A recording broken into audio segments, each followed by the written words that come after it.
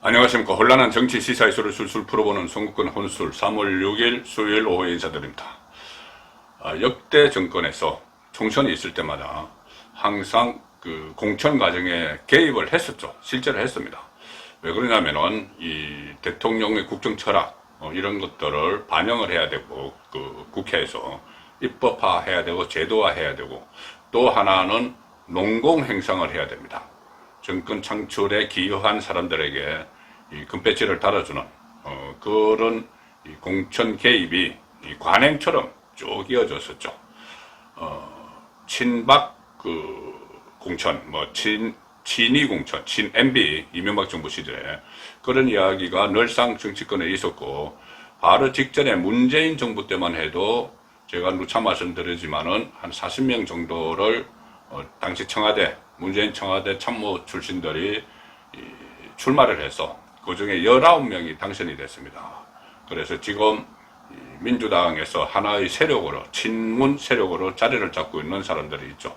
윤건영, 고민정, 이런 사람들은 최근에 다시 공천을 받기도 했는데, 자, 지금 이번 총선 공천을 앞두고 과거와는 지금 다른 일이 벌어지고 있습니다. 뭐냐면은 용산 출신들이 거의 전멸 가까운 그런 성적표를 보이고 있습니다.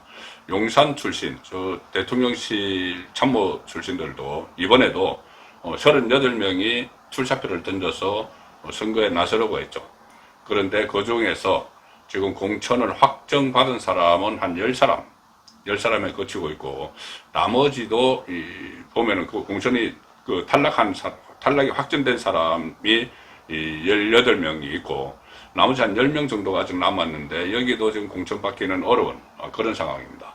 그리고 10명 중에서도 제가 한번 분석을 해 드렸지만, 이 험지에 간 사람이 많기 때문에, 민주당의 강력한 상대와 싸워야 되는 사람이 많기 때문에, 실제로 이 용산 참모 출신들 중에서 국회에 진출할 수 있는 사람은 적게는 한 3명, 많아야 한 5, 6명, 한 그 정도밖에 되지 않을 그런 전망입니다. 그래서 한 10% 정도 생존율, 과거에 문재인 정부 때 한 40명 출마해서 19명이 당선됐으니까 50% 정도 되죠.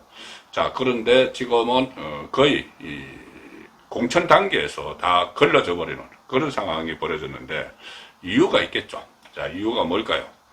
첫째, 과거에 보면은 이 대통령이 직접 공천에 개입을 합니다. 당 대표나 공천권을 실질적으로 행사하는 사람에게 연락을 해서 청와대의 뜻, 그래서 명단도 가고 이랬죠. 우리 대통령이 지금 이런저런 사람들은 공천을 받기를 원한다 해서 명단을 건네주면은 당 쪽에서 그것을 충분히 감안을 해서 공천에 집어넣고, 정 빼야 될 사람이 있으면 다시 연락을 해서 청와대와 소통을 해서 그 정무수석을 통해서 주로 이제 그런 라인이 있었죠. 서로 조정을 합니다. 그래서 일정 부분 청와대 출신들, 과거 청와대 출신들이 국회에 들어갈 수 있는 그런 관행적인 통로가 있었습니다. 근데 이번에는 그것이 딱 막혔다, 그렇게 볼 수가 있는데, 자, 왜 이번에는 막혔을까요? 윤석열 대통령은, 제가 따로 취재한 바에 의하면은 윤석열 대통령은 이번 총선에 개입을 하지 않습니다. 실제로 용산 출신들이 출마를 할 때 격려를 하고 나가서 그 선거운동을 할 때 나를 팔아도 좋다, 윤석열 정부에서 이랬다는 걸 팔아도 좋다. 그런데 다만 용산 출신이라고 어떤 특혜는 없다, 특혜를 줄 수가 없다, 줄 방법이 없다, 이렇게 이야기를 했다는 겁니다. 그러니까 본인이 처음부터 아예 공천에 개입하지 않는다는 그런 원칙이 있었는데, 그 원칙이 세워진 배경이 있습니다.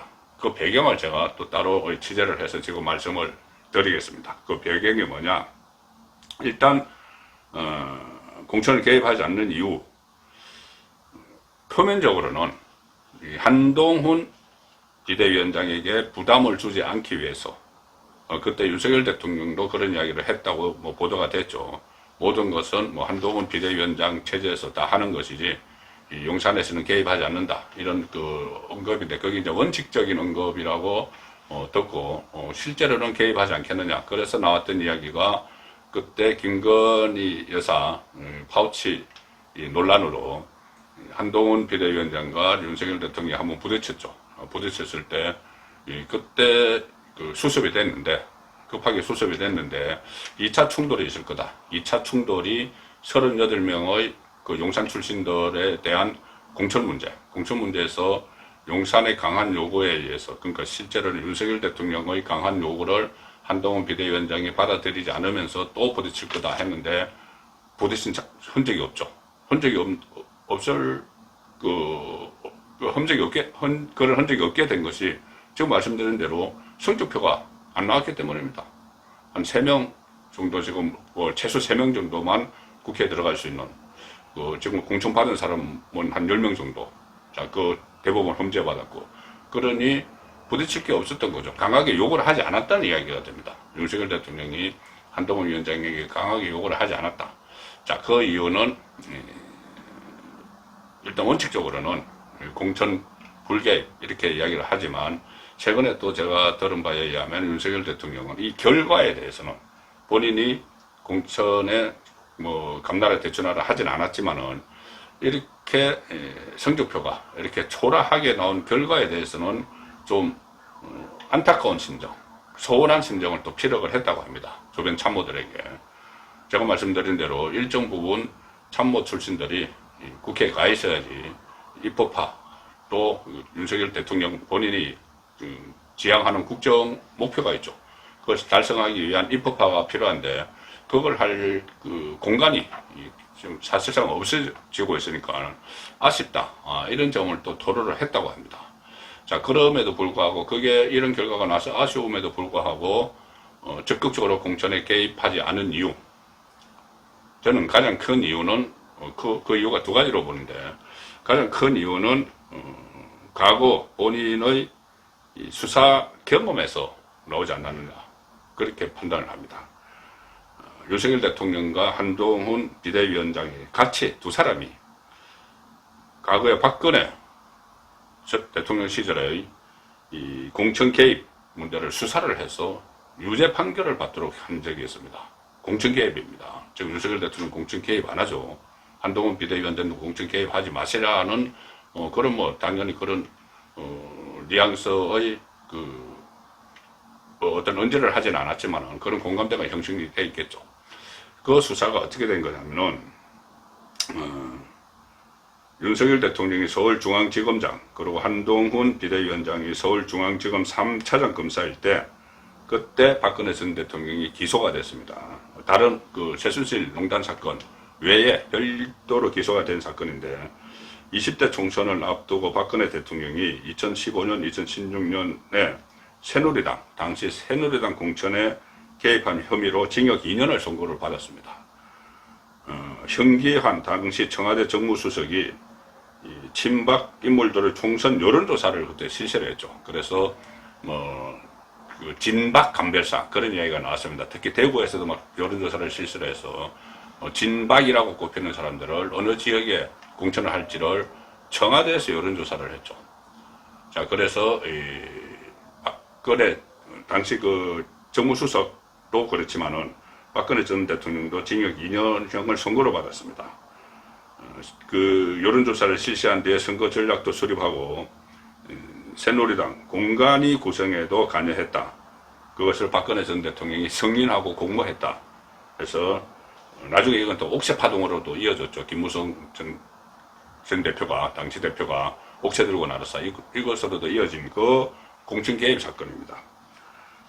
그때 법원은 박근혜 전 대통령이 헌법적 책무를 방기하고 대의제 정당제 민주주의 실현에 중요한 정당의 자유를 무너뜨렸다. 이렇게 판단을 했습니다. 그것을 유죄로 판단을 했습니다. 그리고 법원은 실형을 선고를 했죠. 그 법원은 대통령은 정당제 민주주의가 제대로 기능할 수 있도록 보장할 책무를 가지고 있다. 그런데 정당제 민주주의가 정당 민주주의가 기능을 제대로 하지 못하도록 대통령의 권한이 침입을 했다는 이야기가 되는 것이죠. 그 사건 수사를 한 사람이, 수사 지휘부에 있었던 사람이 바로 윤석열 검찰총장, 그리고 윤석열 서울중앙지검장, 그리고 한동훈 서울중앙지검 3차장 일대입니다. 그래서 그런 수사를 한 경험 때문에 용산 대통령실의 개입은 확실한 위법사항이 된다는 걸 알고 있는 거죠. 실제로 헌법 규정에는 공무원의 선거 중립 의무가 있죠. 그리고 공직선거법에도 있습니다. 공직선거법 구조는 공무원이나 기타 정치적 중립을 지켜야 하는 사람은 선거에 대한 부당한 영향력의 행사나 선거 결과에 영향을 미치는 행위를 해서는 안 된다 규정을 하고 있죠. 처벌하는 조항도 있습니다. 그래서 이 부분 하나, 윤석열 대통령 본인과 한동훈 비대위원장이 공천개입 수사를 했던 그 경험에 따라서 이번에 완전히 공천에서 관여하지 않았다. 그리고 또 하나가 있습니다. 박근혜 전 대통령이 제가 조금 전에 말씀드린 대로 검찰의 선거 개입, 공천 개입으로 그 징역 2년을 선고받았다고 했죠. 그런데 윤석열 대통령은 최근에 박근혜 전 대통령과 몇 차례 만난 적이 있습니다. 몇 차례 만나서 서로 대화를 나누고 이런저런 조언을 들었는데 그 조언 과정에 이런 게 있었다는 이야기가 들립니다. 뭐냐면은 박근혜 전 대통령이 본인의 경험담을 쭉 이야기하면서 척근 정치인들을 너무 믿으면 안 된다.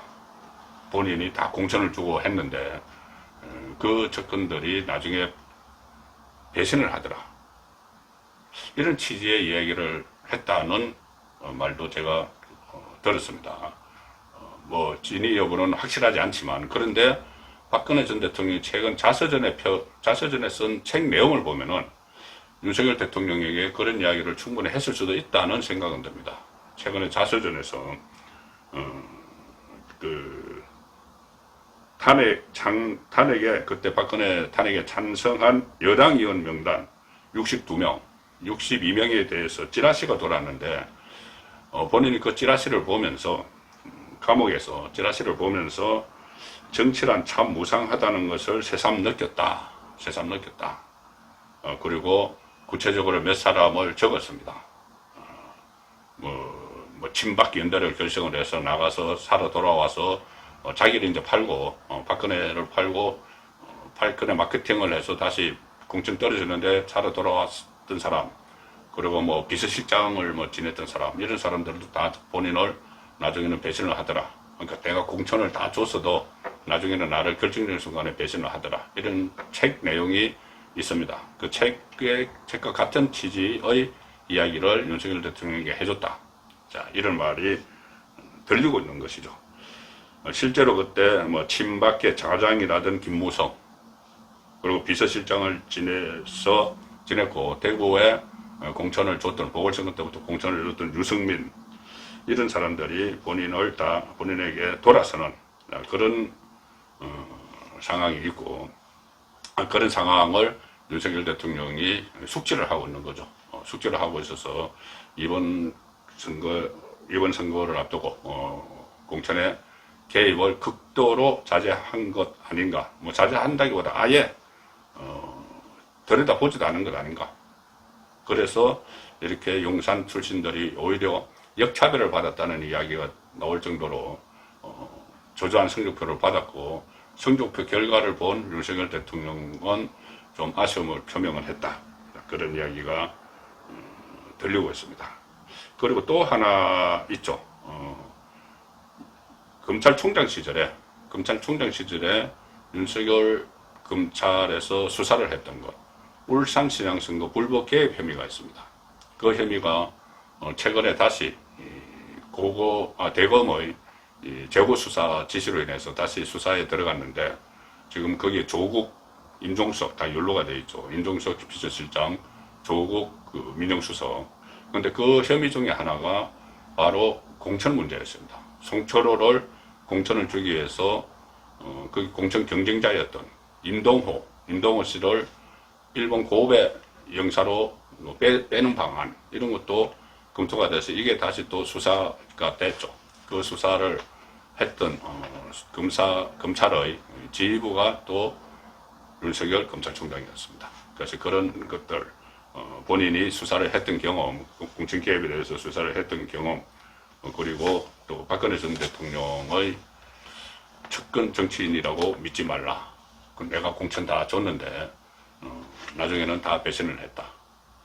그것은 뭐 전언입니다. 제가 확실한 여부는 모르지만은 박근혜 전 대통령이 윤 대통령이 그런 이야기를 했는지는 모르지만 박근혜 전 대통령의 저서에는 그 내용이 나와 있죠. 측근 정치인들이 배신을 했다. 공천을 준 정치인들이 배신을 했다. 자, 그런 내용은 나와 있습니다. 그래서 윤석열 대통령은 이번에 결과적으로 공천이 지금 거의 다 끝나가는 시점에 보니까 처음에 야당에서 막 제기를 했고 일부 보수 패널들도 우려를 제기를 했고 저도 그럴 가능성이 있다고 이야기를 했던 용산의 공천 개입 이것은 없었다. 그 내용은 제가 설명을 드렸습니다. 왜 그랬는지 이유를 설명을 드렸습니다. 선거권의 혼술이었습니다.